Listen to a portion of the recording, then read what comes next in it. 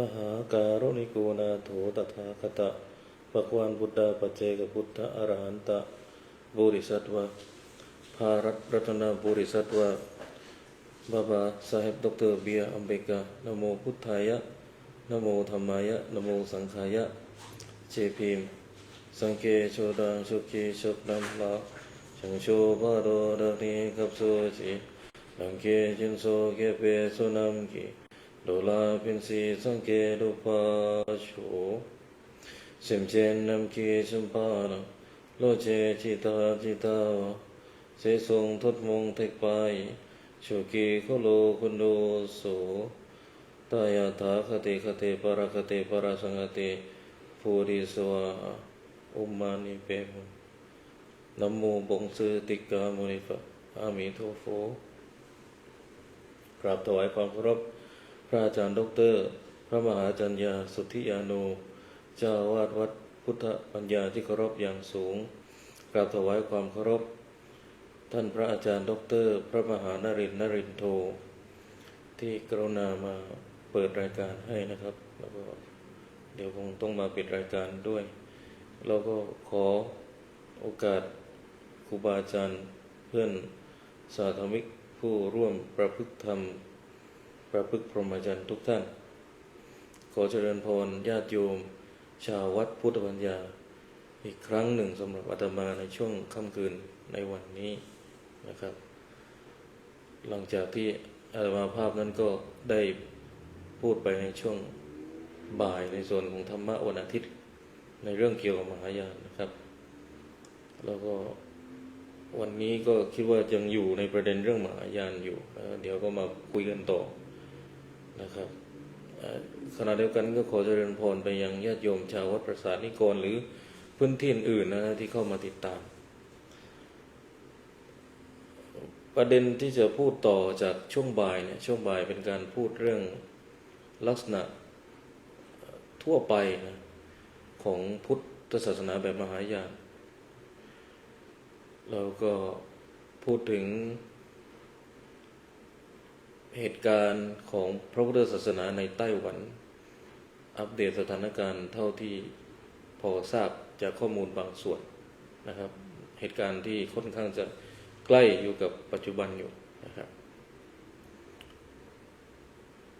ทีนี้วันนี้ก็จะขอเริ่มจากการที่พูดถึงนักวิชาการหรือผู้ที่มีความรู้ทางด้านพุทธศาสนามหายานนะครับก่อนเผื่อว่าท่านใดที่ฟังแล้วเนี่ยนึกสนใจว่าอยากไปดูงานมหายานแล้วจะไปเริ่มอ่านที่ใครนะครับก็เดี๋ยวจะไกด์ชื่ออาจารย์เหล่านี้ให้นะครับก่อนหนึ่งก็มาทวนอีกครั้งหนึ่งว่าท่านอาจารย์พุทธทาสเนี่ยก็เป็นครูบาอาจารย์รูปหนึ่งที่นอกเหนือจากท่านเป็นปราชญ์ทางพุทธศาสนาเถรวาทแล้วเนี่ยท่านก็ยังได้ยกย่องชื่นชมจากท่านอาจารย์ธีรธาตุนะครับว่าเป็นพระภิกษุเป็นครูบาอาจารย์ที่มีความรู้ทางด้านมหายานมากไม่มีใครเทียบได้นะครับในแผ่นดินสยามนั้น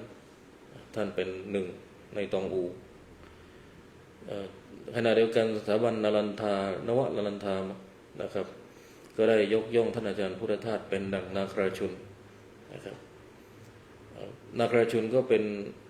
พระภิกษุเป็นครูบาอาจารย์สำคัญของฝ่ายมหายานในสำนักของมัทยมิกะนะครับในมัทยมิกะนี่ก็ถูกขยายมาในพุทธศาสนาในทิเบตในระยะหลังคือพุทธแบบทิเบตเนี่ยก็ได้รับอิทธิพลจากในส่วนของมัทยมิกะเยอะมากนะครับแล้วก็แยกออกไปเป็นสองส่วนคือสองส่วนของมัทยมิกะนะครับ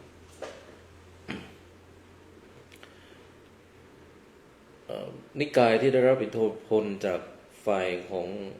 มัทยมิกะคือนิกายเกลุปะซึ่งเป็นนิกายปฏิรูปใหม่ก็คือนิกายหมวกเหลืองนิกายองค์ทารามะนี่เองนะครับแล้วก็ดาลามะไม่ได้มีหน้าที่ไม่ได้มีตำแหน่งเป็นพระสังฆราชแต่อย่างใดแต่ว่าท่านมีบทบาทสำคัญ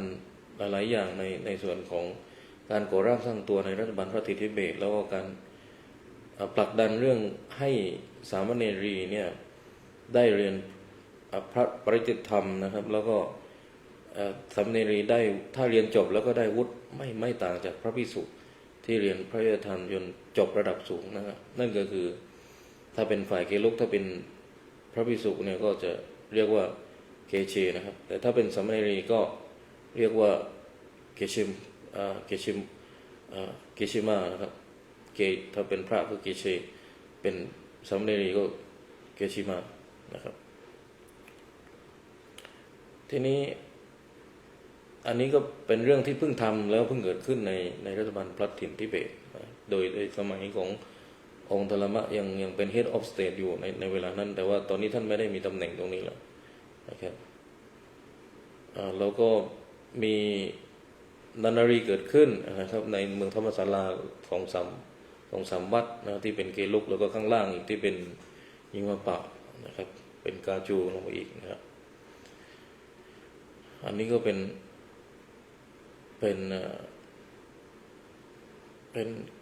พุทธแบบมหายานเหมือนกันแต่ว่าทิเบตนี่เขาเรียกว่าเป็นพุทธแบบมหายานะถ้าใช้คำของอาจารย์ชัชมานกับเรื่องสิ่งก็คือเป็นมหายานแบบเวอร์ชมหายานแบบทิเบตนะครับถ้าฝรั่งเรียกก็จะเรียกว่าเป็นวัชรยานบ้างก็จะเรียกว่าเป็นมหายานแบบเวอร์ชันตันตระบ้างอันนี้ก็เป็นคำที่ท่านดมดิปะซึ่งเป็นเพื่อนกับท่านภิกขุโพธิเคยใช้คำนี้นะครับทีนี้นักวิชาการที่เราพูดถึงตอนนี้ก็คือท่านอาจารย์พุทธทาสที่มีความรู้เรื่องมหายานแปลเรื่องมหายานอย่างเรื่องของถินโง่ไปเรียนเซนเรื่องของเหวยหลางนะครับทีนี้ต่อมาเนี่ยก็ได้พูดไปถึงเสถียรที่มีชื่อเสถียรอยู่หลายท่านนะครับที่มีความเชี่ยวชาญเรื่องมหายานก็อย่างเช่นเสถียรภัทรรังสีนะครับเสถียรภูรินันทะเสถียรพงศ์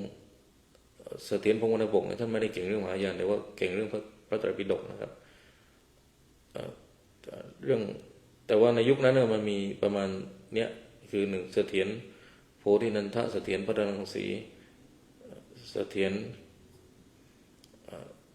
รพงศ์วรรณปกนะครับแล้วก็เสถียรโกเศสแล้วก็มาถึงยุคของปัจจุบันนะครับซึ่งก็อาจารย์สุรักษ์ก็ถือว่าเก่งนะครับเรื่องมหายานแกก็รู้เยอะแล้วก็รวมถึงท่านชัชมานกบิลสิงห์นะครับหรือท่านภิกขุณีธรรมานันทานะครับในยุคที่อาจารย์ชัชมานยังสอนอยู่ที่ในคณะศิลปศาสตร์มหาวิทยาลัยธรรมศาสตร์เนี่ยอาจารย์ก็เขียนงานเรื่องทิเบตแล้วก็มีส่วนร่วมกับกิจกรรมหลายๆเรื่องเกี่ยวกับพุทธทิเบตเยอะอยู่นะครับรวมถึงมหายานด้วยแต่ว่าอาจารย์สุมาจะแตะเรื่องพุทธทิเบตมหายานแบบทิเบตทีนี้ในยุคปัจจุบันเนี่ยที่เราพอจะเหลืออาจารย์ที่เชี่ยวชาญเรื่องมหายานอยู่เนี่ยก็มีอาจารย์ถ้าพูดถึงอาจารย์ที่ในมชรที่ทำงานในภาควิชาปรัชญาคืออาจารย์สมภารพรหมทาก็ถือว่าเก่งเรื่องมหายานนะครับก็มีงานเขียนของอาจารย์สมภารอยู่เรื่องพุทธนามหายานมีอยู่แล้วแล้วต่อมาก็คืออาจารย์เศรษฐพงษ์จงสงวนนะครับเศรษฐพงษ์จงสงวนอันนี้อาจารย์เศรษฐพงษ์นี่เนื่องจากอาจารย์เศรษฐพงษ์อ่านจีนได้นะอ่านจีนได้ก็ได้เปรียบเพราะว่าแน่นอนล่ะเพราะว่าต้องเข้าใจว่าถ้าเป็นจีนโบราณด้วยยิ่งดีเลยคือในส่วนของเถรวาทเนี่ย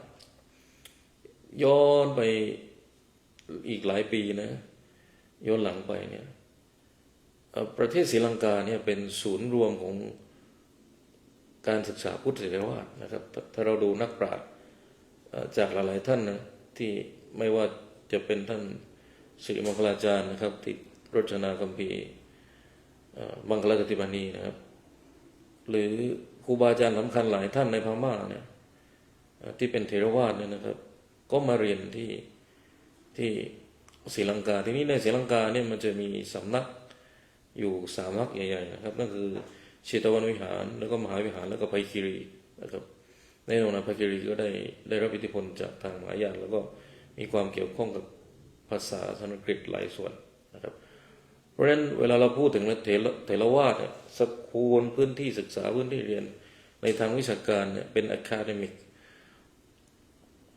building เป็น academic ของการศึกษาทางวิชาการเนี่ยนะก็ต้องมาที่ศรีลังกา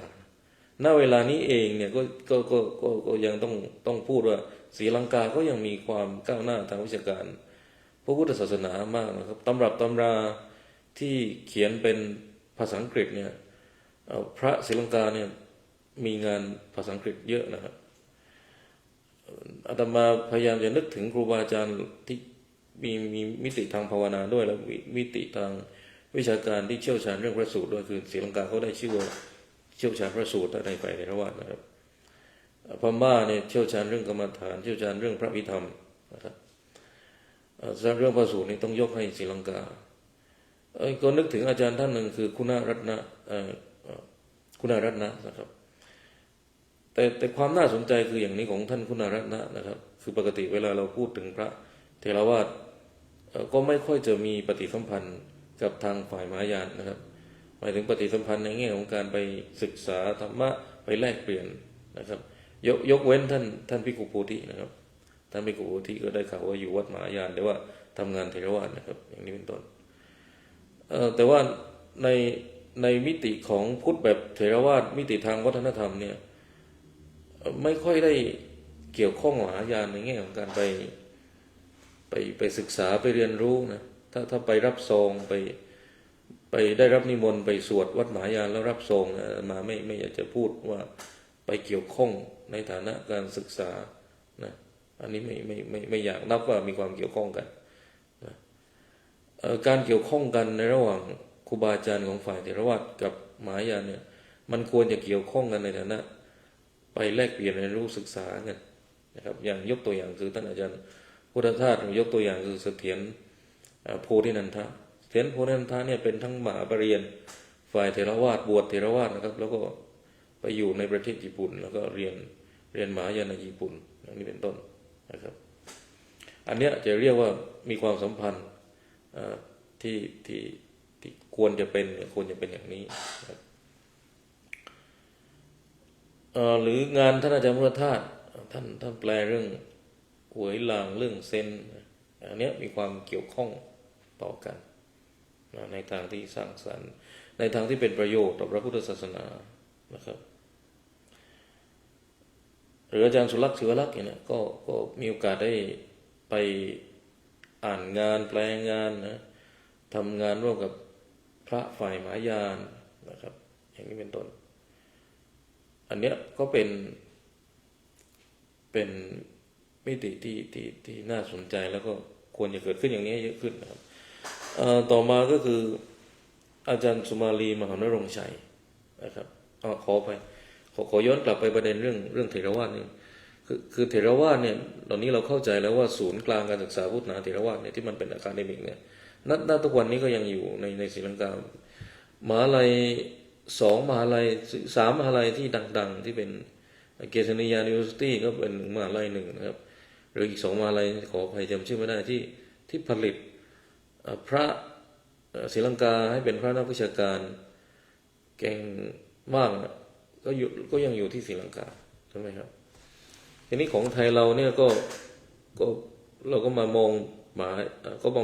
มจรนะครับ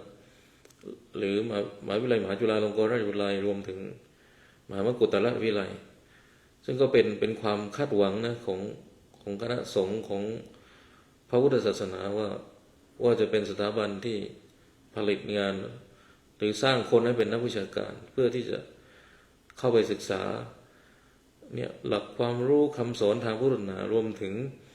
เข้าใจเรื่องของกฎหมายด้วยเพื่อจะได้ทำหน้าที่ในการ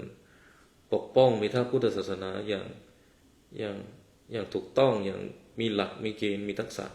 ครับทีนี้ข้อเท็จจริงเป็นยังไงนี่ก็เดี๋ยวทุกท่านก็พิจารณาเอานะครับสังคมก็พิจารณาตัดสินได้ทีนี้ต่อมาก็คือ ศูนย์กลางการศึกษาในส่วนของมหายานคำถามคืออยู่ที่ไหนเมื่อพระพุทธศาสนาเนี่ยมันดีคลายมันหายไปจากอินเดียค่อยๆหายไปเนี่ยนะคือมันอาจจะมีบางส่วนที่ยังคงอยู่เช่นอยู่ในรัฐอัสสัมนะฮะอยู่ในหิมาลายันอยู่ใน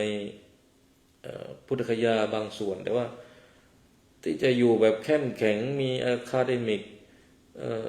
place area นะเพื่อที่จะมาเทรนมา study เนี่ยมันย่ำแย่เลยมันหายไปเลยอย่างเช่นสองมหาลัยที่เรานึกถึงตรงนี้ก็คือมหาลัยนารันทากับวิกรมศิลาพังราบคาบเลยครับแล้วก็โอทันตบุรีนะนี่พยายามจะไปดูโอทันตบุรีทางตอนใต้ไปดูในอัฟกานิสถานปากีสถานพังทลายหมดเลยที่เป็นพุทธศาสนาฝ่ายในส่วนของพระเจ้ากนิษกะเนี่ยนะเป็นพุทธศาสนาแบบทางฝ่ายยุคาจาระฝ่ายมหาสาวิกะได้รับอิทธิพลของมหาสังกะเหมือนกันหรือทางตอนทางในรัฐมหาราชในรังกบาทเนี่ยหายหมดในสถาบันเหลือไว้แต่ถ้ำอาชันตาถ้ำเมโรราที่บ่งบอกถึงความเจริญรุ่งเรืองในอดีตแต่ว่าพลังหรือบทบาทนำข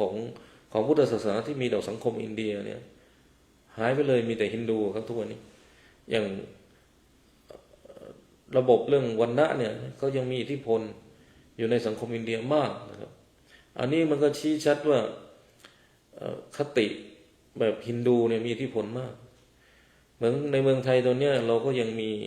คติพุทธศาสนาอยู่บ้างยังเชื่อเรื่องกรรมเชื่อผลของกรรมนะแล้วก็ทำดีได้ดีทำชั่วได้ชั่วคือตราบใดที่คนในสังคมยังเชื่ออย่างนี้อยู่เนี่ยก็ยังมีความเชื่อภายใต้ฐานหรือคติทางพุทธศาสนาที่เป็นเสียงโดยส่วนใหญ่แต่ซึ่งในอินเดียปัจจุบันมันไม่ใช่เพราะว่าหนึ่งละประชากรส่วนใหญ่เป็นฮินดูและฮินดูก็มีบทบาทอำนาจในการเป็นบทนำชี้นำสังคมใช้ชีวิตด้วยคำสอนฮินดูอย่างนี้เป็นต้นซึ่งไม่ใช่คำสอนพุทธที่มีพลังมากนักนะครับทีนี้ย้อนกลับมาว่าถามคำถามคือว่าแล้วมหายานเนี่ยเมื่อออกจากอินเดียไปแล้วเนี่ยถ้าเหมือนเทรวาสเราก็มีศรีลังกาเป็นสถาบันที่รองรับการศึกษาพุทธศาสนาแบบเทรวาสถูกไหมแล้วประเทศไหนล่ะถ้าเป็นฐานหลักเป็นแม่ใหญ่หลักก็ต้องตอบก็คือจีนครับพุทธศาสนามหายานเนี่ยเดินทางออกจากอินเดียเข้าสู่ประเทศจีนก่อนแล้วก่อนที่จะเข้าไปในญี่ปุ่นเข้าไปในเกาหลีนะครับแน่นอนเข้าไปในทิเบตด้วยนะครับทิเบตแต่ว่าทิเบตนี่มาหลังจีนนะจีนเนี่ยมาตั้งแต่เราศตวรรษที่5นะครับเข้มแข็งก็ช่วงราชวงศ์ถังเนี่ยนะครับมีการแปลคัมภีร์มีการสร้างวัดมีการบวชกุลบุตรขึ้นนะครับอันนี้ก็บ่งบอกได้ว่าพุทธศาสนาเนี่ยเริ่มเข้มแข็งมีบทบาทในแผ่นดินจีนนะครับจากนั้นเนี่ยก็มีพระมาจากญี่ปุ่นมีพระมาจากเกาหลีนะครับคือพระจากญี่ปุ่นพระจากเกาหลีพระจากมองโกเนี่ยก็ค่อยมาเรียนในจีนบ้างแล้วก็ไปเรียนในทิเบตบ้างทิเบตช่วงหลังพุทธศาสนาเข้ามานะครับในยุคของท่านถ้าจำไม่ผิดคือทรงซันกาโปติทรงเทนเซนในยุคนี้นะครับพุทธศาสนาแบบทิเบตก็มีบทบาทมีพระมหากษัตริย์ในทิเบต2ท่านนี้หลักๆก็คือยุคของ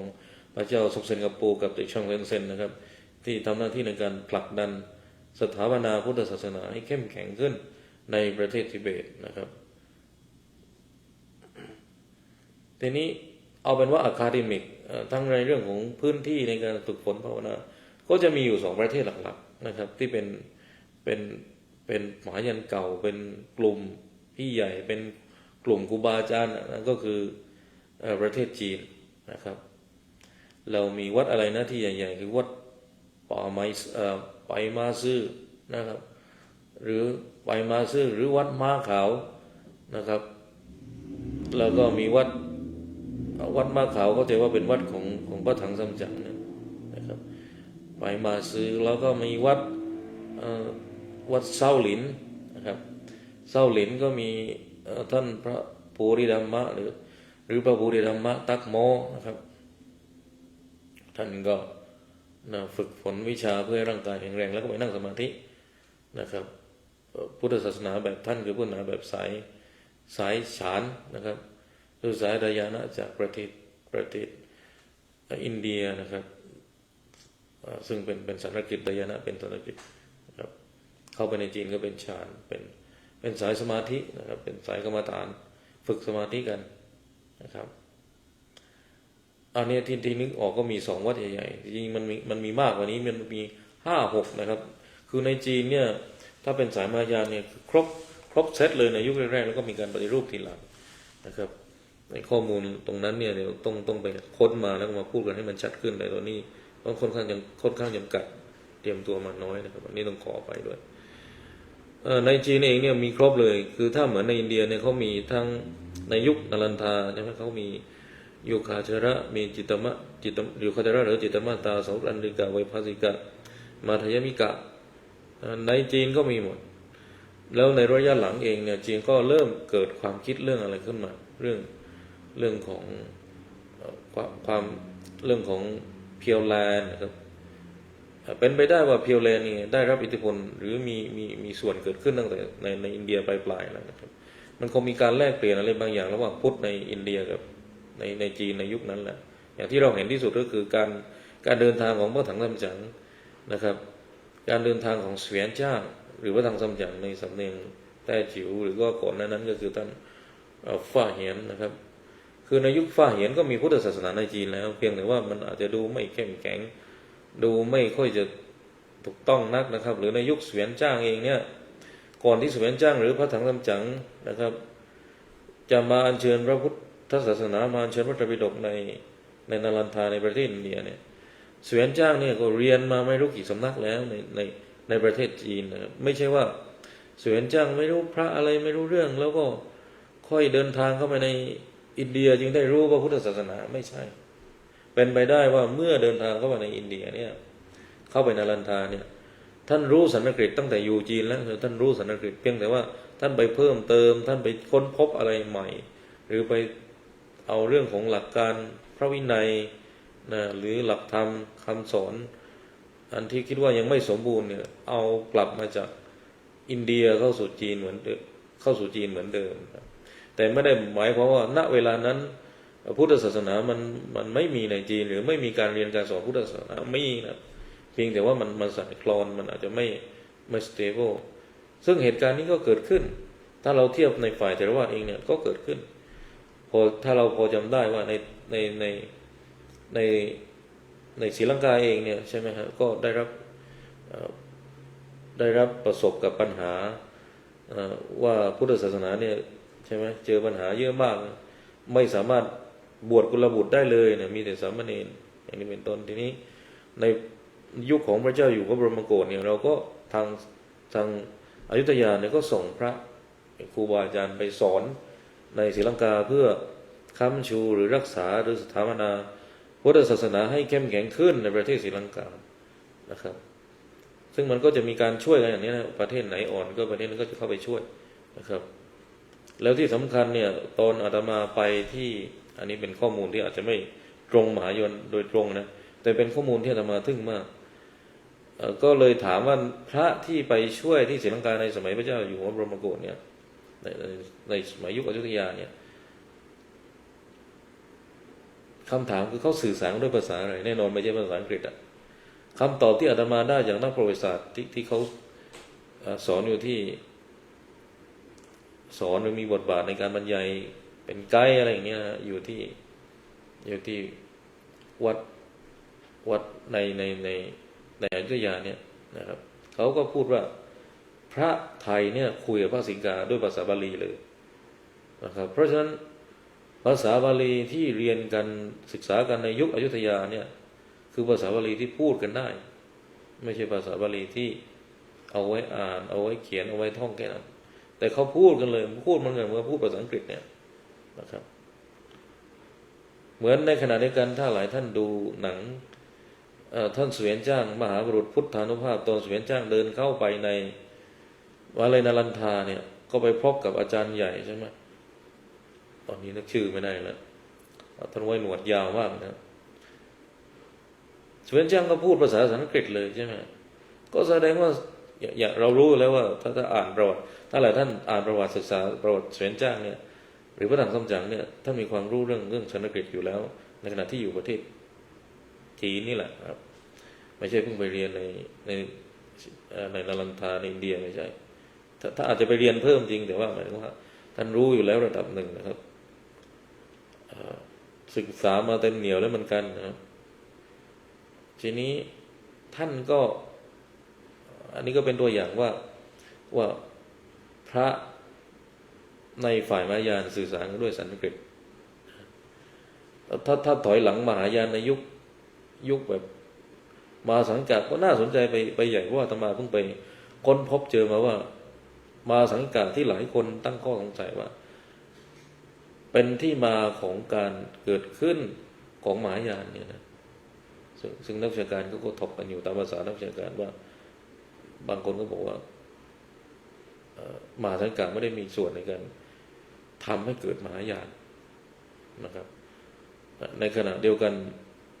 มหาสังกัดนั่นแหละที่เป็นสำนักที่พัฒนามาพร้อมๆกับการเกิดขึ้นของเถรวาทนะครับแล้วก็มีบางส่วนที่อาจจะคติคล้ายกับมหายานแต่ไม่ได้มีส่วนในการเกิดขึ้นแล้วก็มหายานพัฒนามาจากมหาสังกัดอันนี้ก็เป็นเรื่องที่ถกเถียงกันแต่ว่าอย่างน้อยเราได้รู้ว่ามหาสังกัดเนี่ยใช้คัมภีร์ประกิตนะครับซึ่งประกิตนี้มันจะเหมือนประกิตในภาษาประกิตที่พบใน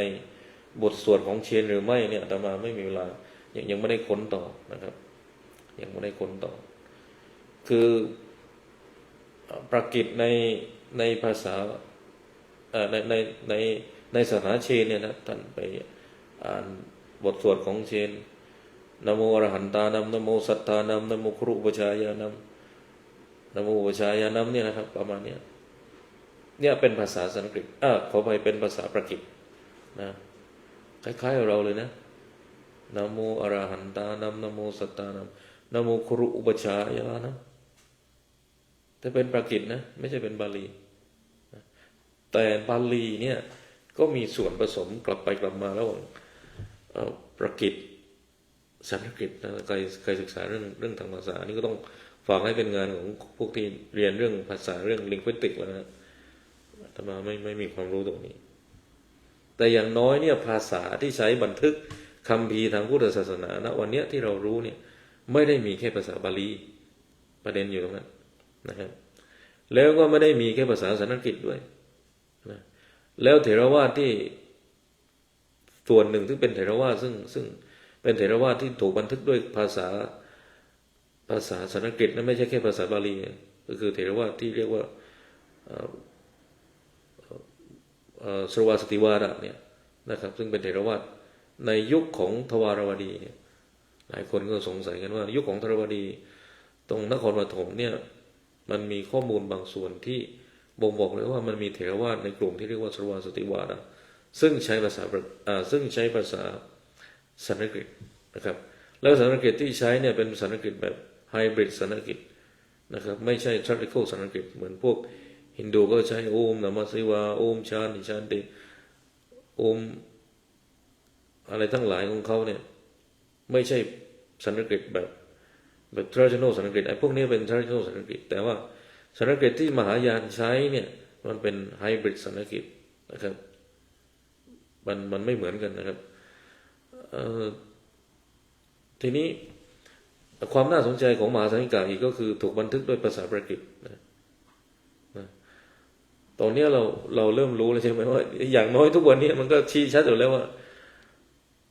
ภาษาที่ใช้บันทึกคำสอนพระเจ้าไม่ได้มีแค่ภาษาบาลีภาษาสันสกฤตภาษาประกิตแต่มันมีภาษาอะไรด้วยครับถ้าเราลงไปทางใต้ลงไปในเมืองอรังกบัตเขามีการเรียนบาลีเขามีการศึกษาพุทธศาสนามีการแปลคัมภีร์เป็นภาษามาราตีอมาคาธีขอไปมาราตีนะครับคือภาษาของชาวอรังกบัตเนี่ยครับชาวรัฐมหาราชเนี่ยรัฐมหาราชเป็น คือบาลีมันก็เป็นภาษาแต่ว่ามันไม่มีตัวอักษรเขียนนึกออกไหมฮะแต่มันเป็นภาษาที่น่าสนใจตรงที่มันสามารถแอพพลายเข้าไปทุกภาษาสันสกฤตก็เหมือนกันนะครับมันเข้าไปในทางเสียงและภาษาบาลีกับภาษาสันสกฤตเนี่ยเป็นภาษาทางศาสนาของพุทธเนี่ยนะทั้งสองสายเนี่ยที่น่าสนใจมากเพราะว่าในยุคที่ว่ายังไม่มีการเรียนการสอนพุทธศาสนาผ่านการเขียนลงในใบลานจารึกลงในใบลานเนี่ยนะเขามีวิธีการเรียนอย่างหนึ่งและทรงจำอย่างหนึ่งก็คือสิ่งที่เราเรียกว่ามุกปาฐะนะครับมุกปาฐะเนี่ยการสวดพร้อมกันนะการมาตักวิภาคเหมือนของทิเบตที่เขาใช้กันเนี่ยคือประเพณีแบบมุกปาฐะเลยแล้วมุกปาฐะที่เราเห็นเนี่ยเราเห็นกันทุกประเพณีเพราะว่าทิเบตนี่ก็ท่องหนังสือกันหนักเหมือนกันนะครับอาตมาไปเจอแล้วโอ้โหแล้วท่องไม่พอและไอ้ที่ท่องเนี่ยเอามาดีเบตกันนะเอามาถามอีกขันธ์ห้ามีเท่าไหร่ขันธ์ห้าเป็นมีตัวตนหรือไม่นะถ้ามีตัวตนจะเรียกขันธ์ห้าได้ยังไงอะไรอย่างเงี้ยก็มาถามกันอีกมาโต้กันอีกนะโต้เพื่อให้เคลียร์ไม่ใช่โต้เพื่อเอาชนะกันให้เคลียร์ให้ชัดว่าเข้าใจถูกกันหรือเปล่าผิดพลาดตรงไหนที่เข้าใจนะครับเนี่ยไอ้วิธีพวกนี้มันเป็นวิธีที่แบบเรียนแบบมุขปาฐะเลยอาตมาเข้าใจอย่างนี้จริงนะครับแล้วเรียนกับอาจารย์เรียนกับลูกศิษย์ไม่ใช่นั่งเลคเชอร์อยู่กับจอ Facebook จออาจารย์ไม่มาก็โฟนอินมาเลคเชอร์มาซึ่งอันเนี้ยมันขาดมิติทางสปิริตชัลขาดมิติทางภายในขาดมิติความสัมพันธ์ระหว่างเรากับอาจารย์ยิ่งในคติของพุทธศาสนาแบบวัชรยานเนี่ยยิ่งแม่นยิ่งหนักเข้าไปอีกตรงที่ว่าความสัมพันธ์ระหว่างอาจารย์กับลูกศิษย์เนี่ยคือความสัมพันธ์ที่ข้ามภพข้ามชาติตราบใดที่ยังไม่ตรัสรู้เนี่ยนะเรายังต้องสัมพันธ์กับครูของเรากับครูบาอาจารย์ของเราต่อไปนะครับถึงขนาดนี้เลยนะมันสืบเนื่องกันไปตามเหมือนระบบขององค์ทารามะว่าจะต้อง reincarnation กลับชาติมาเกิดอีกนะแล้วการกลับชาติมาเกิดของท่านเนี่ยไม่ใช่ว่าไม่เป็นพระโพธิสัตว์คือเป็นแล้วนะเป็นพระโพธิสัตว์แล้วแต่เป็นเพราะเป็นพระโพธิสัตว์ปางหนึ่งภาคหนึ่งของอวโลกิตสวรรค์เนี่ยท่านเลยต้องกลับชาติมาเกิดเพื่อที่จะช่วยมนุษย์ต่อไปตราบใดที่มนุษย์ยังมีความทุกข์ตราบนั้นไม่เข้านิพพานอันนี้เป็นคติแบบทางของทิเบตแล้วก็เข้าใจว่าเป็นคติทางแบบมหายานด้วยนะครับเพียงแต่ว่าคติแบบทิเบตนี่มันมีการกลับชาติมาเกิดแบบระบบตนกูเป็น reincarnation ตัวเป็นๆนะแต่ว่ามหายานในจีนมหายานในเวียดนามมหายานในญี่ปุ่นก็ไม่ได้มีระบบตุนกูระบบ reincarnation อย่างนี้เพราะฉะนั้นสรุปก็คือจีนกับทิเบตเนี่ยเป็นแหล่งศึกษาค้นคว้าพุทธศาสนาเทรนเรื่องภาวนาที่สำคัญของทางฝ่ายมหายานเลยนะครับต่อไปแนะนำอาจารย์ท่านต่อมาคือถ้าอยากจะเข้าใจเรื่องปรัชญามาตายมิกะเรื่องสุญญตาเรื่องมิดเดิลเวย์ว่าเวลาเราพูดถึงมิดเดิลเวย์พูดถึงทางสายกลางเนี่ยถ้าเป็นเถรวาทเนี่ยเรากำลังพูดถึงพระสูตรหนึ่งที่เรียกว่าธรรมจักรกับปวัตนสูตรถูกไหมนะครับธรรมจักรกับปวัตนสูตรเนี่ยคือพูดเรื่องทางสายกลางที่เถรวาทเราคุ้นกันว่าจะไม่โยนไปทางใดทางหนึ่งเช่นถ้าเป็นเปรียบเทียบกับสายพินก็ไม่ดีดแรงสายพินก็ขาดไม่ไหลไปทางอัตตกิลมัฏฐานโยคไม่ไหลไปทางกามสุขาริโยคนะครับไม่เอ็กซ์ตรีมลี่ไปทางใดทางหนึ่งนะครับแล้วท่านพระพุทธเจ้าเองก็ตรัสพระสูตรนี้ธรรมจักรนี้เท่าที่อาตมาดูเฉพาะกับใครไม่ใช่ไปตรัสกับชาวบ้านทั่วไปนะตรัสกับปัญจวัคคีย์ซึ่งเป็นพวกนี้เป็นอะไรเป็นพรหมจรรย์เป็นอภรหมจรรย์คือเขาไม่อยู่ที่บ้านแล้ว ไม่มีลูกมีเมียแล้วเขาออกจากเรือนไม่เกี่ยวข้องด้วยเรือนแล้วจริงๆนะปัญญวัคคีย์นะครับเพราะฉะนั้นเขาถือพรหมจรรย์ระดับหนึ่งนะแต่เรื่องสัมมาทิฏฐิบางส่วนที่จะต้องปรับนะเพราะฉะนั้นพอมาเจอพระเจ้าเลยสอนเรื่องนี้เลยนะแต่พอไปสอนชาวบ้านเนี่ยเราก็เห็นพระพุทธเจ้าท่านสอนให้ออกจากกามใช่ไหมสอนให้อันดับแรกคือสอนให้ทานก่อนทานศีลภาวนาให้ออกจากกามก่อนนะอย่างกรณีความสำเร็จที่มันก้าวหน้าและรวดเร็วเขาก็มองว่าถ้าเป็นฆราวาสเนี่ยอย่างน้อยต้องเป็นพรหมจรรย์คือหมายว่าต้องไม่เกี่ยวข้องกับกามต้องสงัดจากกามเนี่ยต่อให้มีครอบครัวแต่ต้องไม่เกี่ยวข้องกับกามเนี่ยนะอันเนี้ยจะช่วยเข้าถึงธรรมะได้ไวแล้วมีโอกาสที่จะบรรลุเป็นเข้าถึงนิพพานนะครับนะมันมีโอกาสมากกว่าถ้าคนที่ประพฤติพรหมจรรย์แต่ถ้าคนไม่ประพฤติพรหมจรรย์อยู่กันแบบแค่ศีล 5เนี่ยอาตมาว่าอาจจะไม่พอนะถ้าจะเอาแบบตั้งเป้าถึงพระนิพพานเป็นพระอรหันต์เนี่ยอาตมาว่าแค่ศีล 5ไม่พอมันต้องขยับถึงขั้นศีล 8เลยนะแล้วมันต้องสงัดจากกามคือถ้าอยู่บ้านก็ต้องถือศีลที่มากกว่าศีล 5ถือศีล 8เลยนะครับไม่เกี่ยวข้องกับกามไม่กินข้าวตอนเย็นเลยนะฝึกขนาดนั้นนะจึงจะก้าวหน้าถึงพระนิพพานจริงๆนะไวกว่าไม่ล่าช้ามากนะครับอันนี้ก็เป็นข้อสังเกตจากในหนังสือเรื่องความเข้าใจเรื่องมหายานของอาจารย์สุรักษ์ที่พูดถึงมุมของเถรวาทด้วยนะครับต่อไปงานต่อไปก็คือเป็นงานของฝรั่งก็คืองานของอลันวัตนะครับงานของอลันวัตก็พูดเรื่องมหายานอยู่นะครับแล้วก็งานของดร.ดีทีซูซูกิอันนี้เขาดังนะดีทีซูซูกินี่ดังจริงๆแล้วเพราะงานเขียนของดีทีซูซูกิเนี่ยเป็นส่วนหนึ่งที่ทำให้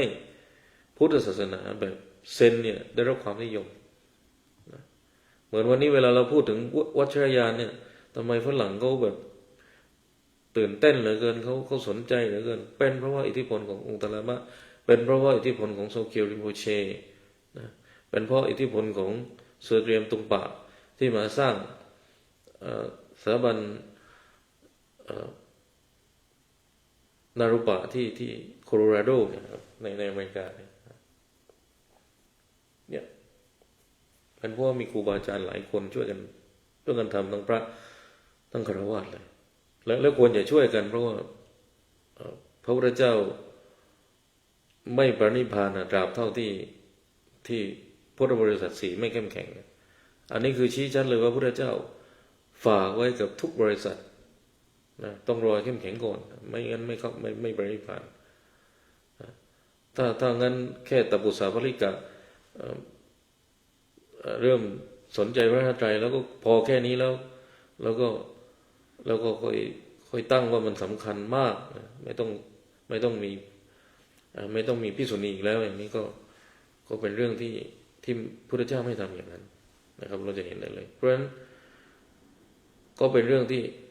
ทุกบริษัทจะต้องช่วยกันและเป็นเรื่องอะไรที่เกี่ยวกับพุทธนะครับเพราะว่าเราเป็นชาวพุทธแล้วถูกไหมเราเป็นชาวพุทธแล้วพอเป็นชาวพุทธปุ๊บเนี่ยมันก็จะมี responsibility มีความรับผิดชอบเหมือนกับเราเลือกที่จะเป็นประชาธิปไตยแล้วหลักการประชาธิปไตยต้องทำยังไงเหมือนเราเลือกที่จะต้องมีรถแล้วเพราะฉะนั้นเมื่อเรามีรถเราขับรถเราก็ต้องมีความรับผิดชอบที่จะต้องเคารพกติกาจราจรเคารพกฎจราจรหลักการเดียวกันเลยตรรกะเดียวกันเลยนะครับเอาล่ะแนะนำนักวิชาการไปอ่านแล้วต่อไปก็มาที่ประเด็นนี้ต่อนะครับประเด็นเมื่อกี้เริ่มจากหลักการของเถรวาทที่ในงานเขียนเรื่องความเข้าใจเรื่องมหายานเนี่ยนะอาจารย์สุรักษ์เกิดเรื่องของเถรวาทก่อนนะครับเช่นท่านมองว่าฆราวาสส่วนใหญ่ที่บำเพ็ญทานสมาทานศีลและภาวนาก็เพื่อให้เกิดศรัทธาอย่างแรงกล้าขึ้นไว้นะครับ ในพระรัตนตรัยที่ยาธิคุณในคุณค่าของพระรัตนตรัยนะครับถ้าจิตมีกุศลมีศรัทธาแรงกล้าก็ย่อมไปสู่สุคติตามลำดับแห่งการฝึกฝนปฏิบัติจนได้บรรลุเป็นโสดาบันสกทามีอนาคามีแล้วก็ตามมาถึงขั้นพระอรหันต์ทีนี้มันมีข้อมูลนะเดี๋ยวต้องไปเช็คตามต่อนะว่ามันมีข้อมูลในหนังสือนี่เล่มนี้ที่พูดถึงว่าคฤหัสถ์ส่วนใหญ่คือมีส่วนถ้าเทียบแล้วเนี่ยก็มีส่วนน้อยที่เข้าถึงพระอรหันต์แต่มันก็มีนะข้อความนี้มีปรากฏชัดเจนในอังคุตตรนิกายและก็สังยุตตนิกายของพระสุตตันตปิฎกเนี่ยโดยกล่าวไว้ว่าอุบาสกคู่แรกคือตปุสสะและภริกะและมีบริวารอีก18 ท่านที่เป็นคฤหัสถ์ในที่สุดเนี่ยก็เข้าถึงที่สุดแห่งทุกข์แล้วก็เข้าถึงความอนุตตรนะครับโดยที่ไม่มีใครได้บวชให้หรือจำต้องบวชเลยนะครับเนี่ยทั้งตปุสสะแล้วก็ภริกะแล้วก็มีคนทั่วไปที่เข้ามาศึกษาเข้ามาพิจารณาตรงนี้นะครับก็คือมีทั้งตปุสสะและภริกะแล้วก็อีก18 ท่านที่เป็นคฤหัสถ์นะครับ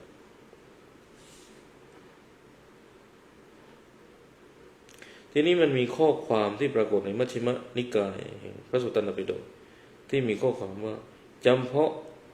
หมายถึงการเป็นคฤหัสถ์เนี่ยจำเพาะผู้ประพฤติพรหมจรรย์เท่านั้นจึงจะเข้าถึงอรหันตผลได้มันก็มีคำถามว่าแล้วคฤหัสถ์ทรงพรหมจรรย์ได้หรือไม่คำตอบคือได้กล่าวคือคฤหัสถ์อาจเป็นอนาคาริกก็ได้ไม่จำเป็นต้องเป็นอนาคาริกแต่ว่าข้อประเด็นสำคัญของอนาคาริกคือจะไม่บริโภคกามไม่ยึดติดในกามคุณก็มีโอกาสที่จะบรรลุเป็นพระอรหันต์เราก็อาตมาก็นึกถึงใครที่แบบตัดขาดไม่ยุ่งเลยคือท่านอนาคาริกธรรมปาละนะครับไม่ยุ่งเรื่องภรรยาเลยเพราะท่านเหมือนจะวางตนเป็นอนาคาริกนะครับเพื่อกอบกู้พุทธศาสนาในอินเดีย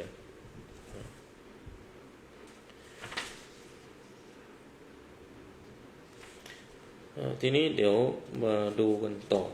นะครับเวลาก็ไปใกล้จบแล้วนะมาดูกันต่อตรงที่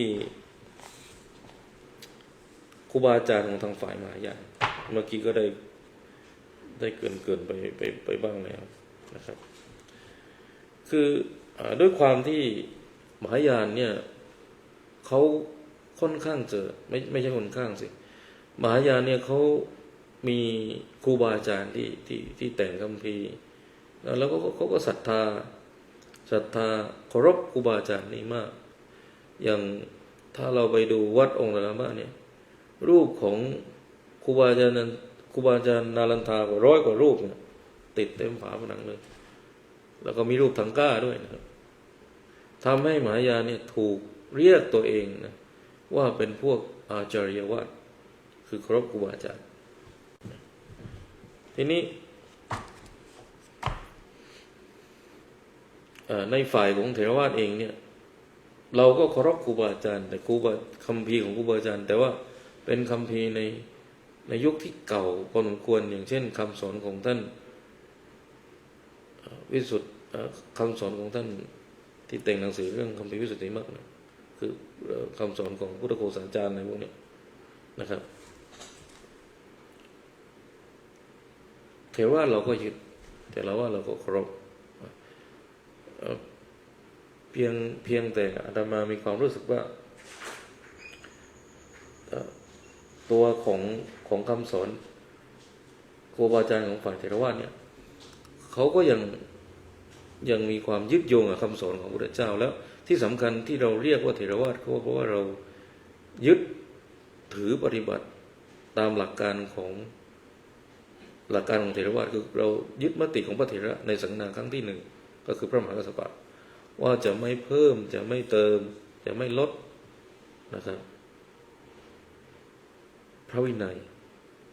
นะครับอยู่ยังไงก็คงไว้นะแต่จะไม่ไปตัดตัวแม่บทใหญ่ นะครับรวมถึงคำสอนสำคัญอะไรก็ยังเก็บรักษาไว้ มีบ้างที่เกิดคัมภีร์ใหม่ๆเกิดขึ้น เช่นคัมภีร์ที่พระไทยต้องเรียนกันเวลาเรียนบาลีก็คือคัมภีร์วิมุตติมรรควิสุทธิมรรคมังคลตติปณีสมันตภาษาธิการเนี่ยอันนี้เป็นคัมภีร์ที่แต่งขึ้นจากครูบาอาจารย์แต่ว่าก็ไม่ได้ยึดจนถึงขนาดว่าไม่กลับไปอ่านพระไตรปิฎกแล้วนะไม่ไปฟังที่พระพุทธเจ้าสอนแล้วแต่หลายครั้งที่เราอ่านงานของทางฝ่ายมหายานเนี่ยอันนี้อาตมาก็ระวังตัวเองว่าเดี๋ยวเอามุมมองของพระเถรวาทไปตัดสินมหายานหรือเปล่าจริงๆไม่ใช่เราก็พยายามพูดจากหลักฐานที่เราพอมีอยู่ก็คือการที่ทางมหายานให้ความสำคัญกับเนี่ยมหาสิทธาเนี่ยนะในฝ่ายวัชรยานเรียกมหาสิทธาหรือให้ความสำคัญกับครูบาอาจารย์ในฝ่ายของทางนารันทามากนะครับมีรูปมีอะไรแต่ติดเต็มไปหมดเลยนะฮะถึงขนาดทำรูปตังก้าให้นะครับเพราะฉะนั้นมหายานจึงถูกเรียกว่าเป็นกลุ่มอาจาริยวาทนะครับก็เพราะว่ามีมิตินี้นะครับมีท่าทีแบบนี้ทีนี้เดี๋ยวก่อนที่จะหมดเวลานะครับก็สรุปเอาค้างไว้ที่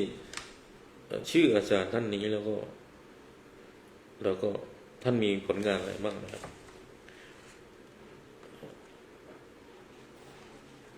ในครูบาอาจารย์ทั้งหลายที่โด่งดังแล้วก็ถือว่าเป็นรากฐานให้กับทางฝ่ายมหายานได้เนี่ยก็คือท่านนาคราชุนนี่แหละนะครับงานหลักของท่านนาคราชุนนะก็คืองานเรื่องมูลมัธยมักการิกานะครับหลายครั้งที่เวลาอยู่ธรรมศาลาไปฟังองค์ดาลามะเทศแล้วก็เทศในเรื่องนี้เทศแบบคัมภีร์เลยนะครับชื่อเรื่องมูลมัธยมักการิกานะครับซึ่งแบ่งออกเป็น27บทนะครับบางครั้งก็อ้างว่าท่านรจนาก็มีที่รจนางานนี้ก็มีท่านมหายานวิมัสสวะแล้วก็ท่านทวาทวารตสัตตระนะครับมันมีคัมภีร์ที่เราไม่ค่อยคุ้นเลยนะครับอย่างเช่นอันนี้คนไทยอาจจะคุ้นประมาณหนึ่งคือมหาปรัชญาปารมิตาสัตตระนะครับซึ่งมีอยู่มีแต่ในเฉพาะภาคภาษาจีนนะครับงานเหล่านี้มีความเกี่ยวข้องกับท่านนาคราชุนนะครับมีความเกี่ยวข้องกับคำสอนที่เรียกว่าทางสายกลาง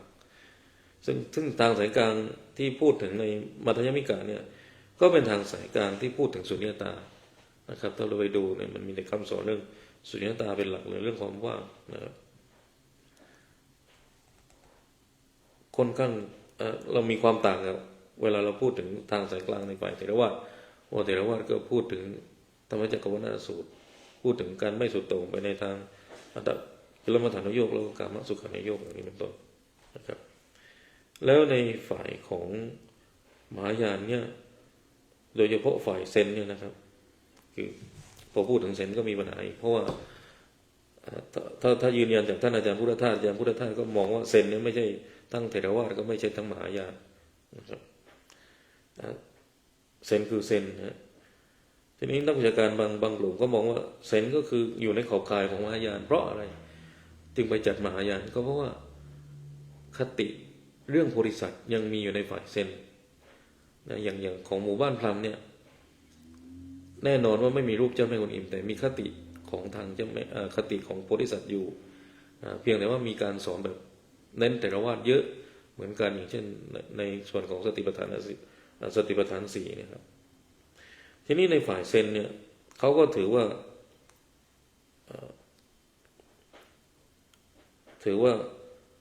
พระมหากัสสปะเนี่ย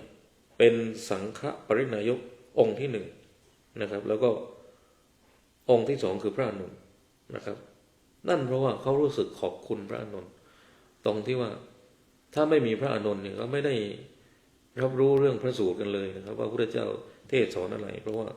เวลาพระพุทธเจ้าไปเทศน์สอนอะไรที่ไหนก็มีข้อตกลงว่าพระอานนท์จะต้องรับรู้เพราะฉะนั้นไม่มีพระอานนท์ก็จบข่าวเลยไม่รู้เรื่องอะไรเลย